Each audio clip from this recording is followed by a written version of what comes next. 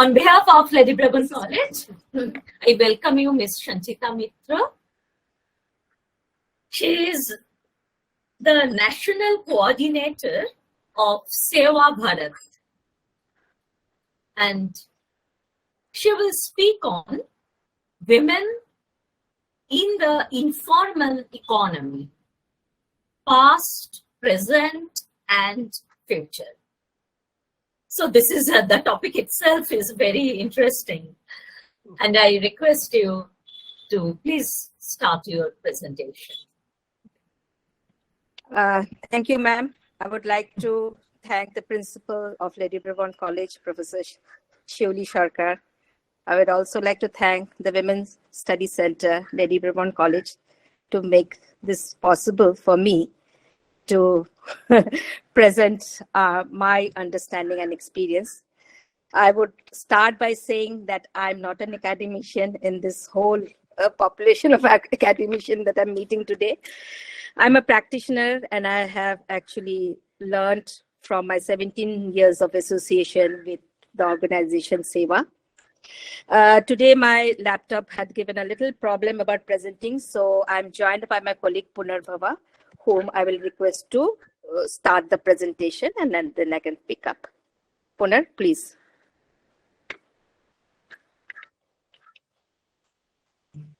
So I'm going to talk about women in the informal economy, the past, present, and future.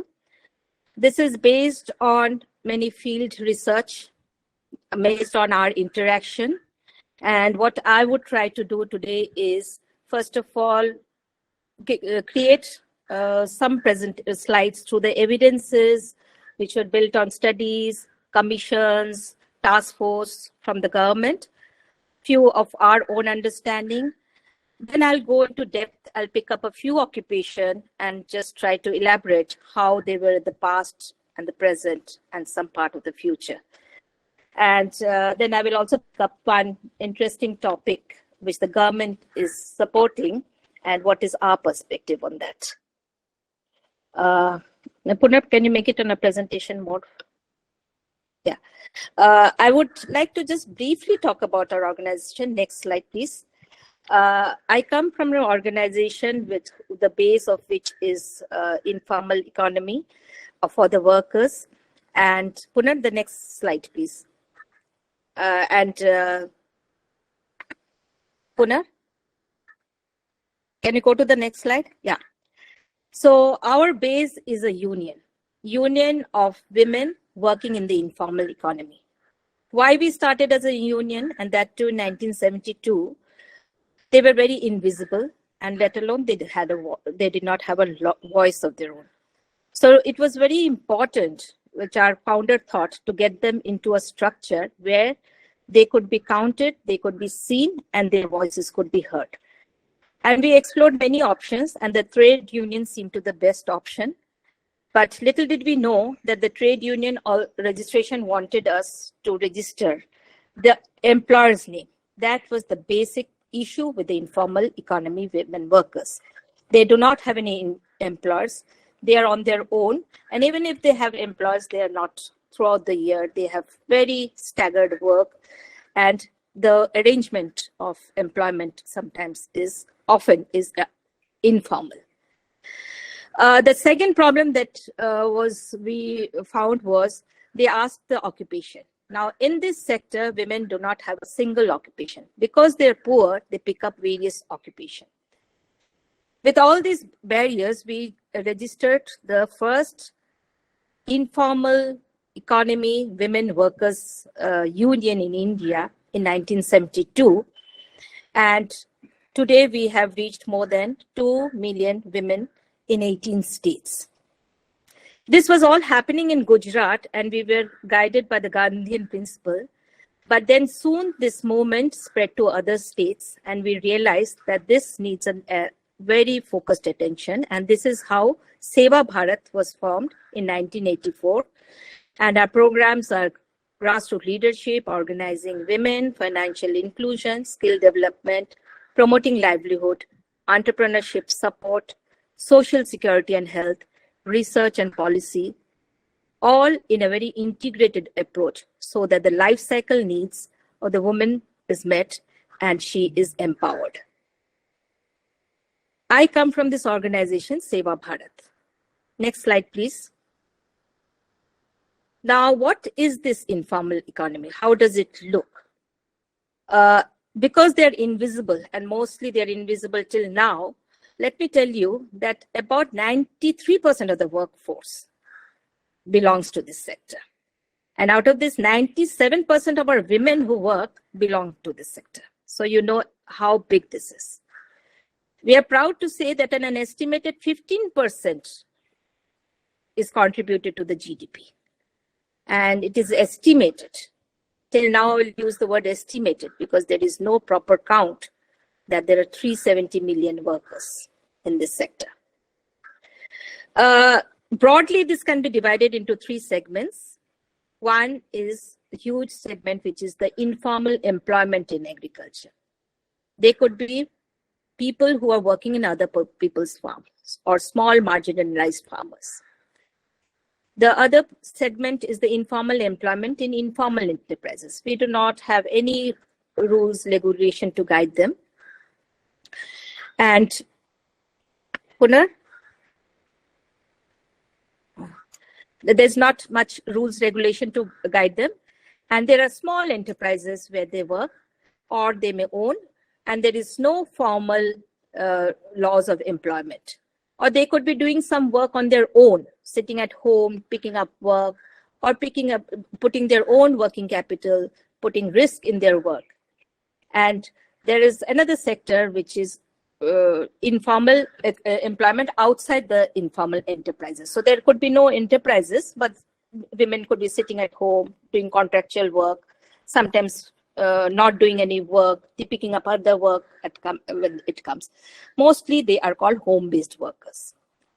Now, agriculture, trade, and construction is the biggest chunk, which contribute about 94 to 99% of the workers in this sector. Now, within the countries also, the informal economy is very segmented.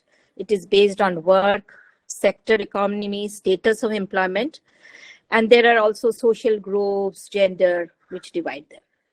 But one thing that is common in this economy is the lack of formal recognition and lack of protection, that is social security protection.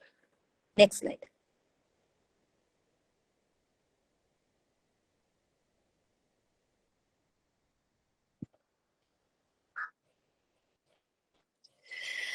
This is an interesting slide which talks about the informal sector.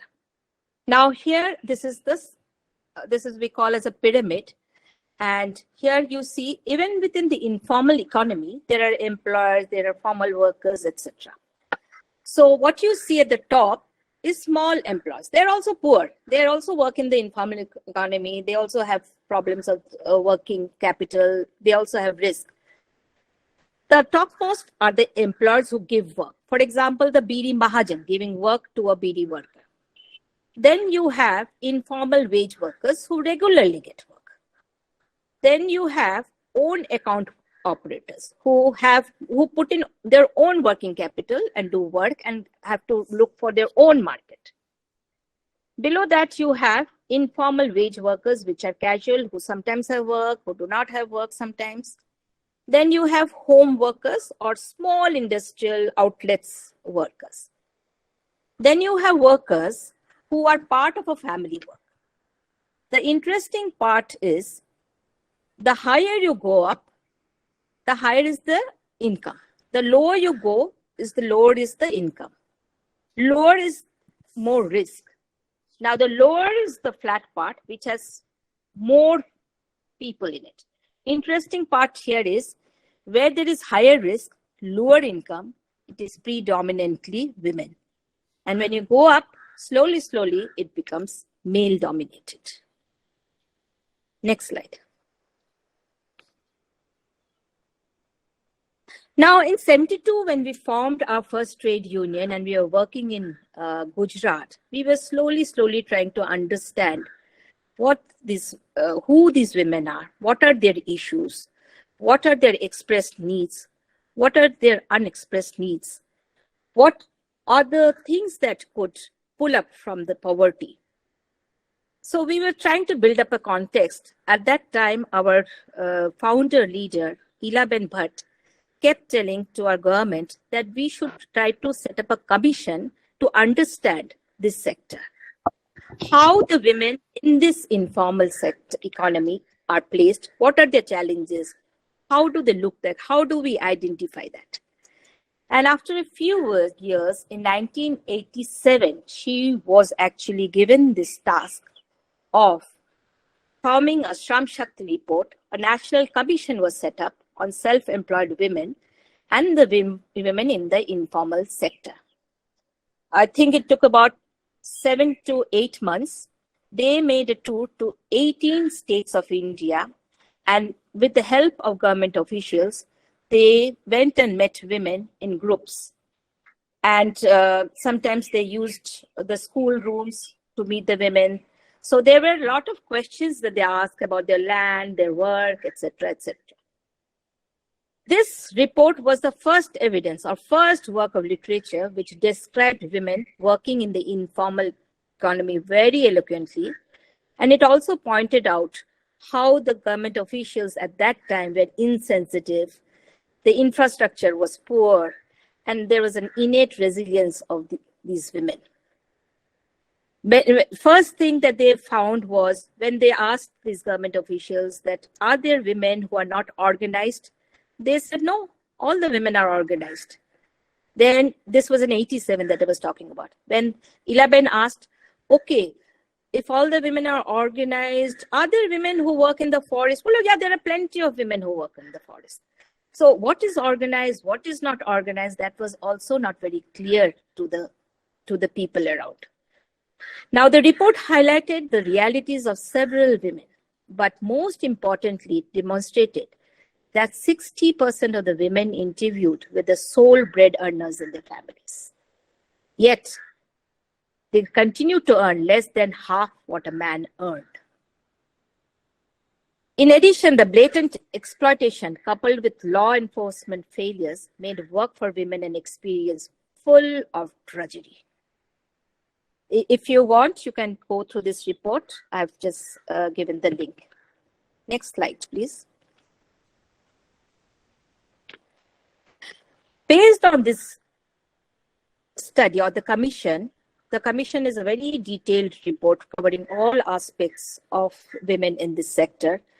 And Ilaben wrote a book called Grind of Work. It was written in 1899. And the grind of work highlighted the drudgery that was associated with the lives of these women. Now, when I talk about women's empowerment or women in this informal economy, it is important to realize that there are social, economic, political landscape that contribute to it. There were low wages, long working hours, no social protection, no food security, no access to finance or credit. The important part is our own understanding of these women, their issues was also very poor. Next slide.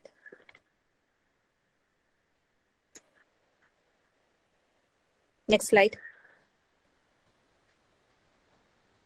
During that time, we found that the policies that did not cover informal workers were Equal Remuneration Act. So for the same work, women were getting about 1/3 or 1/2 of what the man was getting.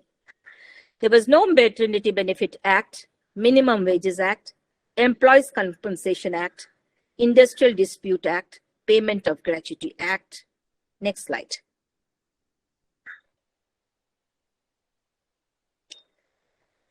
In a very strong one sentence, if I can summarize what Ilaben had seen and heard, and this was exactly what a woman from a Bakura village told her. She was very old and she was bent and she was working very hard, and she said, there is no work, yet the grind of work is killing me. I think that captured the essence of the situation at that time. Next. Now, over the years, definitely relevant policies kept adding, and I will just just reflect upon a few policies. There was protection of women from domestic violence, 2005. There was the Mahatma Gandhi National Rural Employment Guarantee Act, 2005, which affected both men and women. There was Food Safety and Standard Act, 2006. There is this Micro, Small and Medium Enterprise Development Act, 2006. Then we have this POSH Act, which is relatively new, 2013. National Food Security Act, 2013. Then we have Street Vendors Act, 2014. I'll just take a pause here and tell you that the POSH Act, which kept that sexual harassment of women at workplace. Now, for our women in the informal economy, the workplace definition itself was very challenging. How do you define a woman who's a farmer, who's going to the farm, agricultural land? How do you define her workplace? How do you define the workplace of a BD worker woman who's working from home? Definitely there are instances when she goes to the Mahajan and picks up some BD raw material.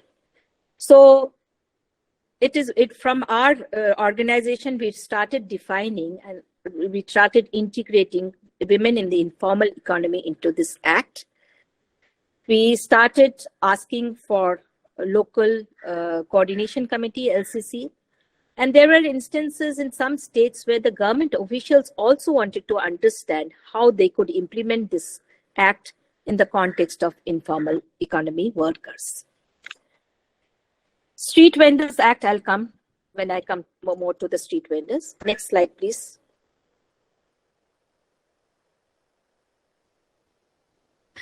To continue, then in 2008, we also have this Unorganized Workers Social Security Act. Now, this act also covered schemes like the old age pension, national family benefit schemes, Janani Suraksha Yojana, Handloom Weavers Comprehensive Welfare Scheme, and a lot of other insurance kind of benefit. Next slide, please. Now, taking you back around to 1987-88, what we saw was, and a few of the topics that I picked up for today is about credit. Now, when an informal economy worker works, she needs credit for a lot of things. She needs credit for her health. She needs credit for her consumption. She needs credit for her tools. She needs credit for her raw material. She needs credit for a lot of things. At that time, giving credit to a woman was unthinkable. The woman herself thought that she will not be able to manage credit. So whatever credit was coming, it was in the name of man. There was no control of the woman in credit. There were a few licenses that needed to be done for vending her work, for a marketplace. So getting these licenses for women was challenging. The issue of identity cards. At that time, women's own perception of her work, of herself as a worker, was very missing. So whenever there was a count, whether you're a construction worker, whether you're a farmer, women always said that I do not do any work. It is my husband who does the work. Now, transport was not very easy at that time. So women worked, they used to do a lot of production, but because they did not have sufficient logistic arrangement, all their products could not reach the market that could give them value. So they had to sell locally, and that is how they lost a lot of money, because local markets did not give too much money for them. And many of the items, at least for the farm areas, were perishable items. So they had to quickly sell in order to transfer, in order to get some money out of it. Housing, slowly that Indira Gandhi Awas Yojana came, but then the women had to, then the family had to give a lot of documents for it. That became a big problem because land was never in the name of women. So even if they have housing, even if they could do housing, there used to be a very complicated way of getting access to any kind of housing loan. And I would also point out that most of the women use house as an asset where they work. So actually house is also a productive asset. At that time, most of them complained of childcare. There were no Anganwadis. So we have proof that women's productivity increases. It almost increases, it doubles if there is a proper childcare facility. So the productivity was low because the women had to take care of a lot of care for their old people, for the other family members, as well as children. So many of the children were undernourished, malnutrition was prevalent, and there was a lot of risk to these children. When the commission actually toured the 18 states, only from Punjab they talked about a proper ration card where they used to draw in ration from the ration shops. Most of the places did not have ration cards and did not have access to this PDS system. Tools was something that women could not buy because that did not come as a priority item. So any tool that could increase her productivity or any tool that could decrease her drudgery was not accessible to the women. Representation was very poor because that time there were cooperative societies, there were small women's groups, but most of them were not represented, they were dominated by men. Then we got this 73rd constitutional amendment in the Panchayati Raj, where 1/3 was for the women.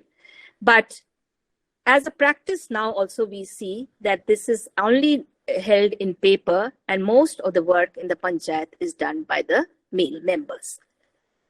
Next slide.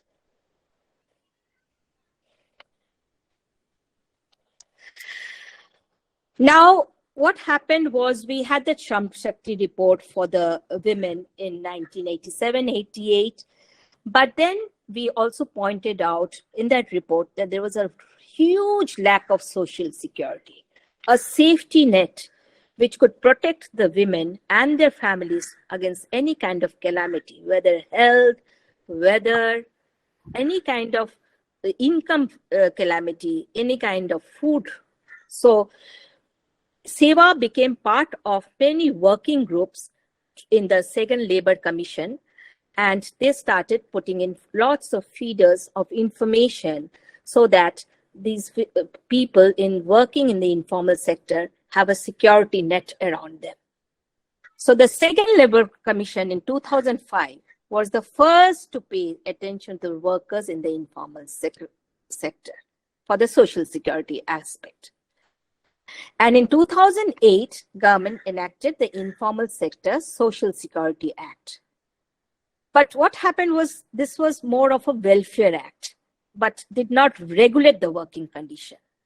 Now, as a rule, all the states were supposed to create these welfare boards, but many of them just created on paper and many are not functional. Of course, West Bengal has a functional social security board.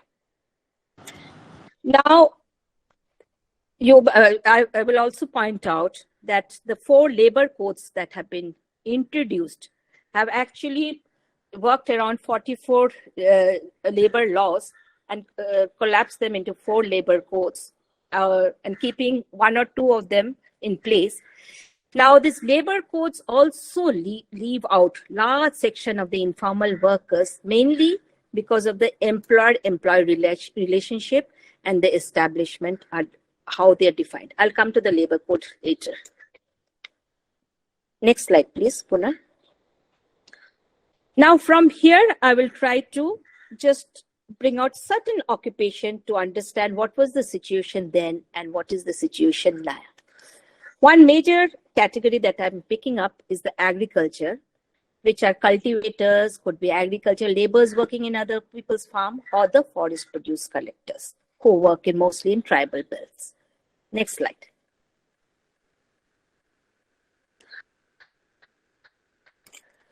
In 87 until now, what remains same, the situation is that work is very seasonal for these people. And there is very few alternative that they can resort to. That time they complained in 87 that men earned about 150% as women for the same task. So women were getting quite low for the same kind of work that they were doing. Loans was very difficult, as I pointed out. Loans for any seed, manure, cattle was very difficult. There was no market for the forest product because all these forests were not very near to any kind of marketplaces. There was drought in Rajasthan, and interestingly, when the commission people had gone to interview them, they said that the drought relief had brought a lot of relief for them, and they were expecting that there should be another drought. The irony of the situation. At that time, Punjab people said that the migrants who were coming from UP and Bihar were lowering the rate. So definitely the migrants were taking lower rates, as a result of which the Punjab workers were not getting enough money for doing agriculture. There was a lot of invisibility, and this invisibility still stays. In around 90s, I think in 2013 or something, can go to our website and read the Shram Jeevani report. This was a task force that was created by the Bihar government, and we were entrusted with the work of understanding the women in the informal economy in Bihar. We started with the NSSO data, which said that 11% of the women in Bihar are in the workforce. Whereas whenever you go to a village, whenever you go to a farmland, you will see women toiling in the fields. When we interviewed in all the districts and we gave a figure of 56%, at least women are in the workforce.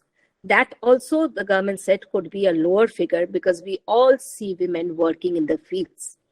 So what I want to say is whenever there's a census, the women also do not represent. There are no probing questions to find out whether this woman is actually working. Women also do not feel themselves as workers. Now, because agriculture is so uncertain, we all know that it is combined with animal husbandry. The situation still remains that the local vet hospitals, there is a crisis of any local vets. So there is a lot of mortality amongst animals that they keep. Fodder, which used to be found and which was not very difficult to access, has become something that they need to buy because many of the agricultural fields have been commercialized. Many of the agricultural fields have low productivity, for which they have to wait for fodder and buy it. In the forest, there is a system of one panchayat, where again you have women in the panchayat, but this is mainly non-functional in most of the places. Our women, when they're interviewed, till today they say that due to climate change and many other wild animals which come to their fields in Uttarakhand, there is a lot of challenges in the productivity. The fields do not give the same kind of productivity, and over years it has almost reduced to nil. But the men keep shaming themselves for the low productivity. Little do they admit that these are the various external factors that are affected. Land rights, name, the title in the name of women or the husband or their ancestor, it is a very complicated process. So many of the agricultural schemes are dependent on who owns the land. So then many of the accesses are denied. During this time, we also saw over the last few years that there has been a feminization of agriculture because the men moved to different cities to do developmental work in other cities. So women took up the entire work of the household as well as the field. But yet they had difficulty accessing the seed bank. They had difficulty accessing the market because most of the women are not organized. They do not have farmers card. Bihar has done an initiative to issue farmer cards in name of women, even if they do not have their land. There is lack of access of community assets like a good storage facility or a good tractor, which the women can use. But I would also say that there are positive things, that there are many farmers producer organizations that have come up, and there is a lot of journey to be taken. The board has to be, means we are also in the process of giving education to the board members so that they can run these institutions properly. So there is a change that is coming, we can see. There is a lot of technology in the agriculture, but the most of the technology is built on productivity, that too on commercial production, and leaving marginalized farmers very affected. But we could be happy if technology could decrease the drudgery of the agricultural workers or the farmers. So there is little attention on the drudgery part. The next sector that I'm picking up is the street vendors and hawkers. Next slide. Now, there has been a huge and a long campaign for vendors and hawkers who are actually prevalent in all the places, and especially in urban and semi-urban areas.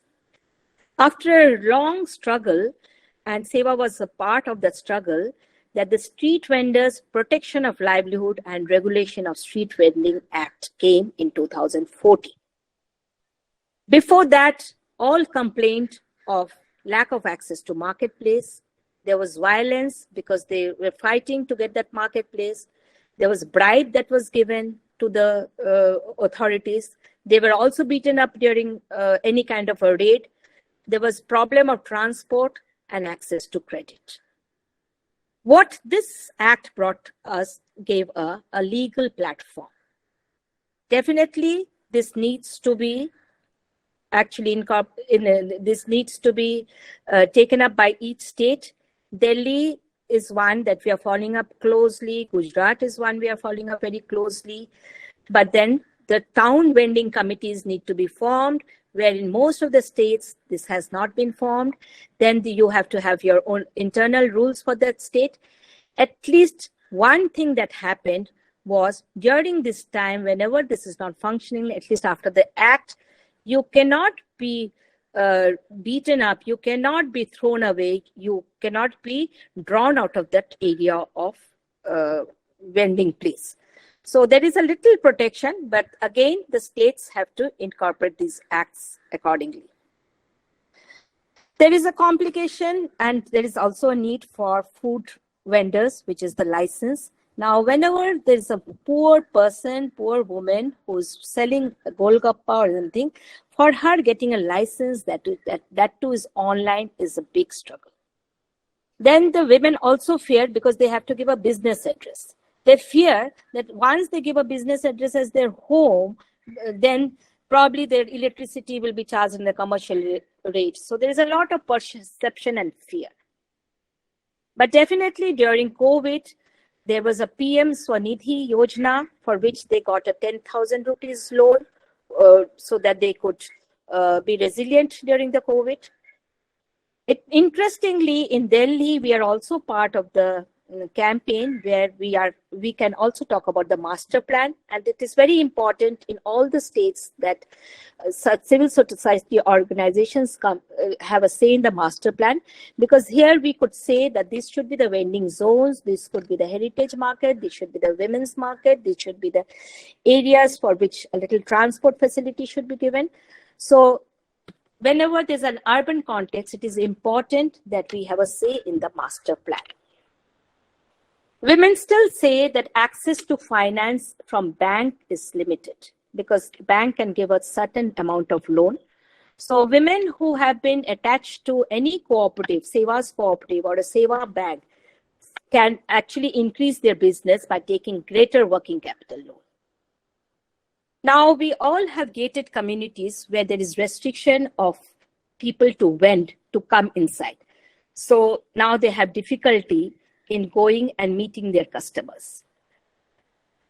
They do use digital opportunities to find out to connect to their customers. This is some change that is coming. Next. Next slide.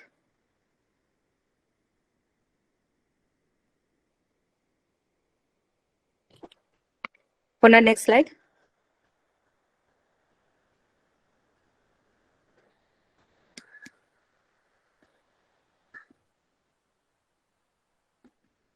Okay, I'll just, if she joins, fine, but I can go further.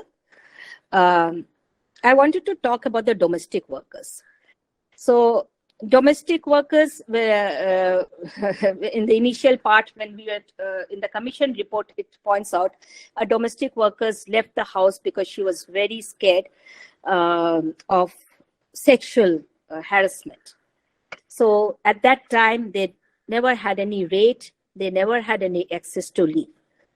So after a long struggle in ILO, the Convention for the Domestic Workers 189 was introduced, and it provided decent work, and there was a campaign for My Fair Home. People who benefited out of this said that the way they are addressed today as domestic workers, there is a little dignity that has come. In many of the places, there is a rate that has come for that. But they also say, and it is very important, that the drudgery part has quite improved. Because they said that they used to do work on the shilbatta, now they have mixie, then they have gadgets. So they feel that hard work has reduced. In most of the places where they're aware of this law, there is protection. They ask for paid leave.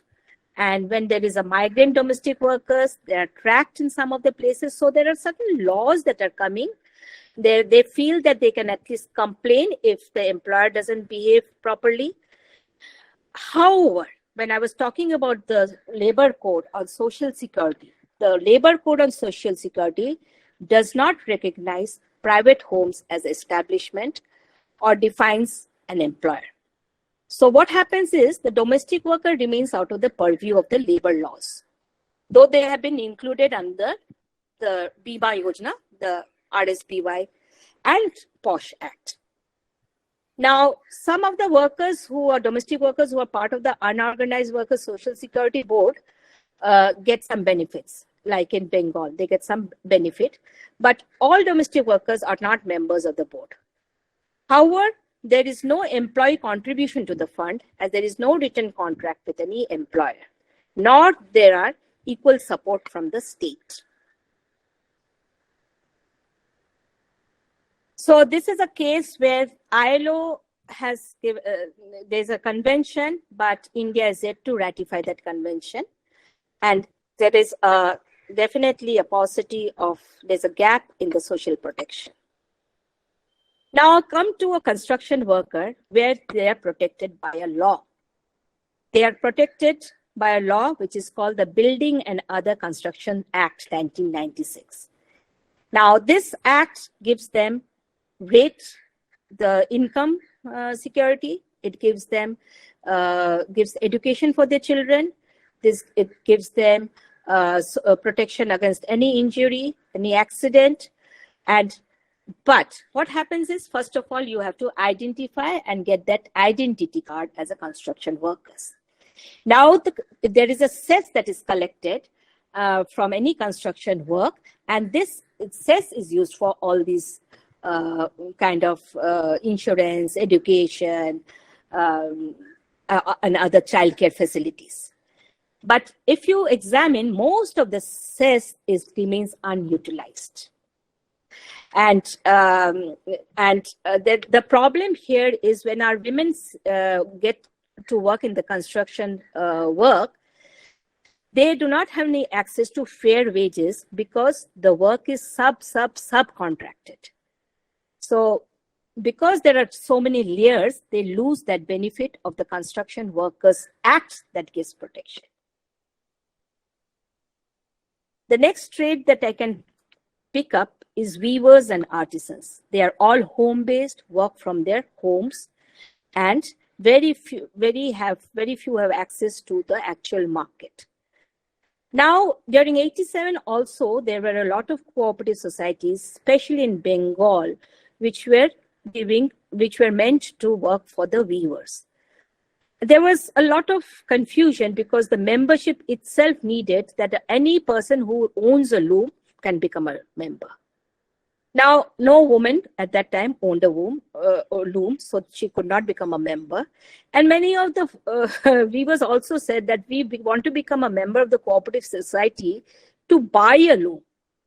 So anyway, now also there are cooperative society which are predominantly male, and women's access and membership is very limited. So she still struggles with asset purchase, raw materials, loans, designs on loom sales. The other threat that is coming to this sector is the power loom industry that is coming, and the handloom industry is suffering. In many places, we see that the social norms prevent women to actually work on the loom. So when I call weavers, there are millions who are actually doing ancillary work. So there is no great social protection for these women who do ancillary work. There is a lot of occupational health issues because she's sitting on the loom, bending, and her eyes. So there's not much social security to give her that kind of a protection. Now, in the global supply chain, the world has become very conscious of compliance issues, due diligence issues, ethical trades. And in reality, for a woman who's working in a village, in a Mahajan kind of a arrangement, she has very little access to compliance issues. So then what happens? All this global supply chain go to bigger organization, bigger factories where the compliance issues can be taken. And this again becomes a big threat to the women. Though there are good examples of women's organization creating global supply chain till IKEA, keeping this in compliance, and these are very few in number. I will just quickly go to micro enterprises and just say that micro enterprise is something that the government is actually giving a lot of attention, but the upper limit of definition of micro enterprise is a 5 crore turnover. And here the definition itself is so challenging for us that we see that most of the women who have small micro enterprises have a turnover of 10,000 to 2 lakhs or 5 lakhs. So 93% of these women-owned unincorporated enterprises have a turnover of 10 lakhs. So to come under the definition, these women themselves get neglected. I myself happened to meet the MSME minister and told that this gets overshadowed and a separate kind of attention needs to be given to these women to do the online registration in the Udyam portal, and there should be given special benefit to sourcing from these women enterprises. I would just also like to point out, sorry, I'm not being able to show the slides, but I would also like to point out in 2016. No, the slides are there. I'll just. Okay. They're playing in the back. Okay, then can you come to the UN high-level panel slide? So in 2016, a UN high-level panel for women's economic empowerment was formed. And our president, Ranana Jhapwala, was one of the panel members. And it was important because when she went to this panel, she realized that all of them were talking about women in the formal sector. And that is how the voice of women in the informal sector was given through our president. And we asked them, all the panel members, to visit Gujarat to see how these informal sector women workers looked like. So they came as a team And this was formed by the former UN Secretary General, Mr. Ban Ki-moon, and to make action-oriented recommendation how to improve the economic outcomes for women in the context of Sustainable Developmental Agenda 2030. So 7 drivers were identified, which were called as drivers to women's economic empowerment. So there are adverse norms, tackling adverse norms and promoting positive role models was one driver. Ensuring legal protection and reforming discriminatory laws and regulation. Recognizing, reducing, redistributing unpaid work and care. Building assets, digital, financial, and property. Changing business culture and practices. Improving public sector practices in employment and procurement, and strengthening visibility, collective voice, and representation. So these were the 7 drivers to women's economic empowerment, and India were also pursuing that with various government policies. Next slide.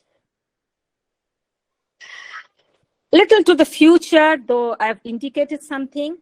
Global Commission for the Future of Work marks the 2nd stage of the ILO Future of Work Initiative.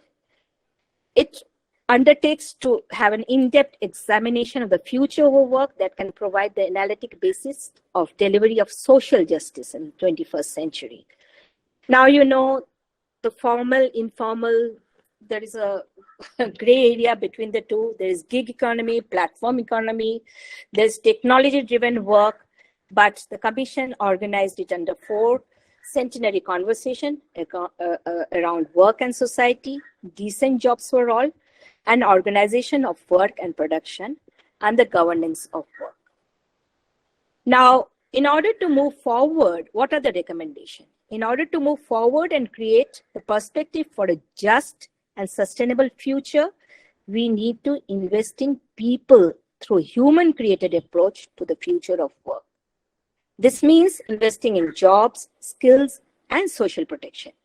It means supporting gender equality.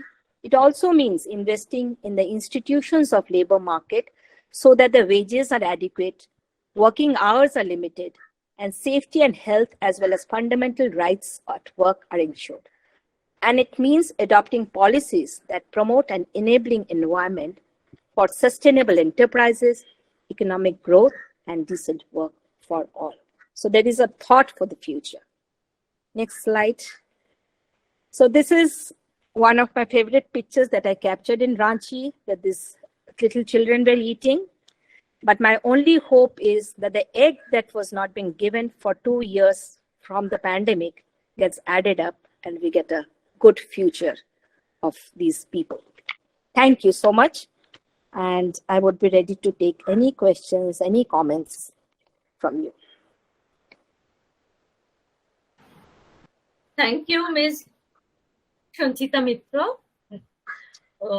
Thank you very much for your thought-provoking presentation on women in the informal economy. You have rightly shown us how women are faced with numerous challenges in both the domestic front and in the occupational front, and how they're systematically oppressed and threatened. Now, there are some questions. So, it is Anjan Shaha. Anjan Shaha has raised a question. Had the government taken any corrective measures on the basis of Shram Shakti report? Yes. Actually, after the Shram Shakti report, it was an eye-opener for all. What is the condition of the women? Definitely many schemes have been formed around women. Now, women, then we are not, now many of the comments that were made, like in one tribal place where we had gone, where our leaders had gone, they said that girls were doing some weaving work. So they asked, do they not go to school? So they said, if they go to school, then who will do the work? I don't think this kind of comment can come now. because there is a lot of direction towards girls' education. So that insensitiveness definitely has reduced. There are a lot of policies, but the policies itself is not the entire ecosystem, the culture, and has to work together. But when we were talking to our founder, she said the lot of drudgery probably has reduced. There is still hope. So she sees there is a positive contribution. Thank you, ma'am. There is another question. Malini Mukherjee has asked you, is there any SEWA network on home-based embroidery workers, like women zari workers in Bengal? And if not, then what can be done to mobilize them to join the cooperative societies? Okay. In Bengal, we are not working with any zari worker. In Bengal, we are working with a weaving community in Fulia. But to join the cooperative, cooperative is another moment. First, they have to join the union to understand, because it's a holistic approach that we have. But if there is any scope, we would definitely like to pick it up based on our own capacity to expand. But we are very much present in Bengal, so we can think about it. Thank you, ma'am. Another question is from Rimpa Pal. Ma'am, can you please mention if any of the suggestions of United Nations or ILO is implemented in India? Yeah, ILO convention, many of the conventions have to be ratified. So there are many countries that have ratified. This is again a struggle at the international level. So in India, like for example, the domestic workers, some of the states have recognized domestic worker as the worker. Some of the states have not. So that is a long way to go. Then this home workers, home-based workers convention, that also needs to be ratified. Regarding the United Nations High-Level Commission, what we did after that, we started actually presenting it to our government here at the national level and in the state levels. So there have been many dialogues with the state government, the national, the central government, and there we have been asking for policy intervention in many of the areas, that the 7 drivers that we were talking about. I would also tell you there is a positive thing that has developed. Government has made a government e-marketplace where they're giving preferences to purchases from women organizations. Now, there are challenges to make it more practical, but at least the thought, the policies are being formulated for that. Thank you. Actually, next are the comments. Paroma Mukherjee and Malini Mukherjee, in fact, both of them have given you thanks for your presentation. Is there any question from the participants? Because there is no other question in the chat box.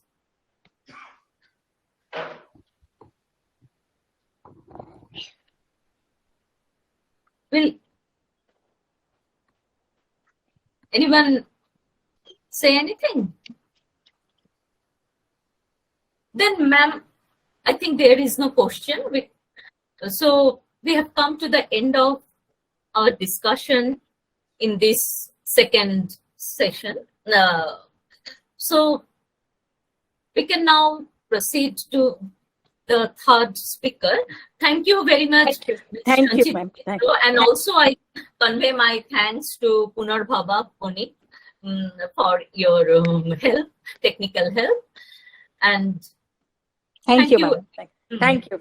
Thank you.